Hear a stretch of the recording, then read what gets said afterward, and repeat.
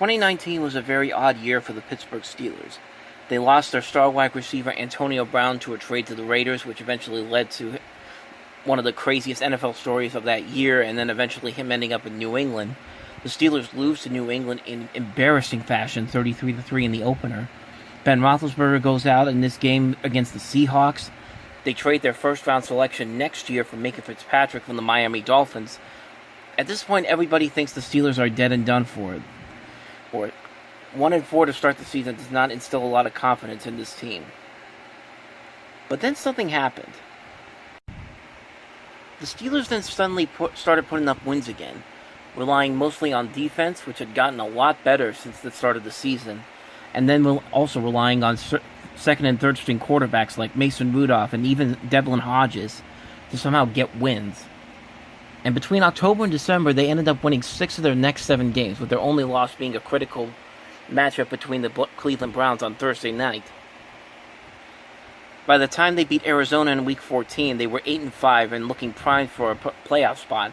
Maybe not for the division, since Baltimore had pretty much taken that at that point, but it looked like they were on their way to potentially sneaking into the postseason. But then something else happened. That usual December magic the Steelers would have, it somehow just disappeared this season.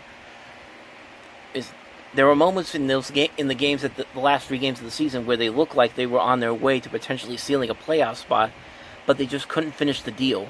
The defense just couldn't get anything going, and they ended up losing critical games to Buffalo, the Jets, and the Baltimore Ravens. A Baltimore Ravens game that didn't even matter. In fact, by the time the season ended, it was pretty much obvious that the Steelers were not going to make it in no matter what happened.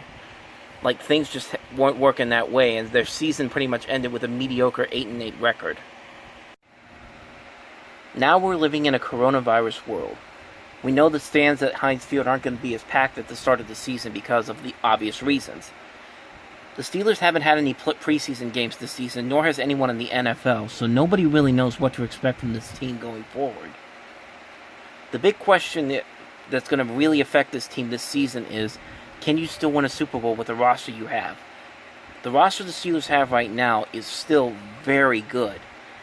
But the question is, can that work as the rest of the NFL is changing all around us? Can the Steelers be just as good as they were before 2019? Can they face against the best of the AFC right now? Can this team hold up against some of the best teams in the NFL period? Is this team still a Super Bowl contender? There are so many questions about this team going into this new season. Right now, all we have to do is play the wait-and-see game. The general belief is that, yes, the Steelers will find a way to rebound from where they were back in 2018. But the question is, are they still good enough to win a Super Bowl? With the team that they have, this is probably their last big chance to prove that they can still win a championship before many of their teammates go to free agency. A lot of the people that we're going to see on the Steelers this year will not be on the team next year. That's a guarantee. So can they put it all together this year? Can they finally prove to everybody that the Steelers are still relevant even as we head into a new decade?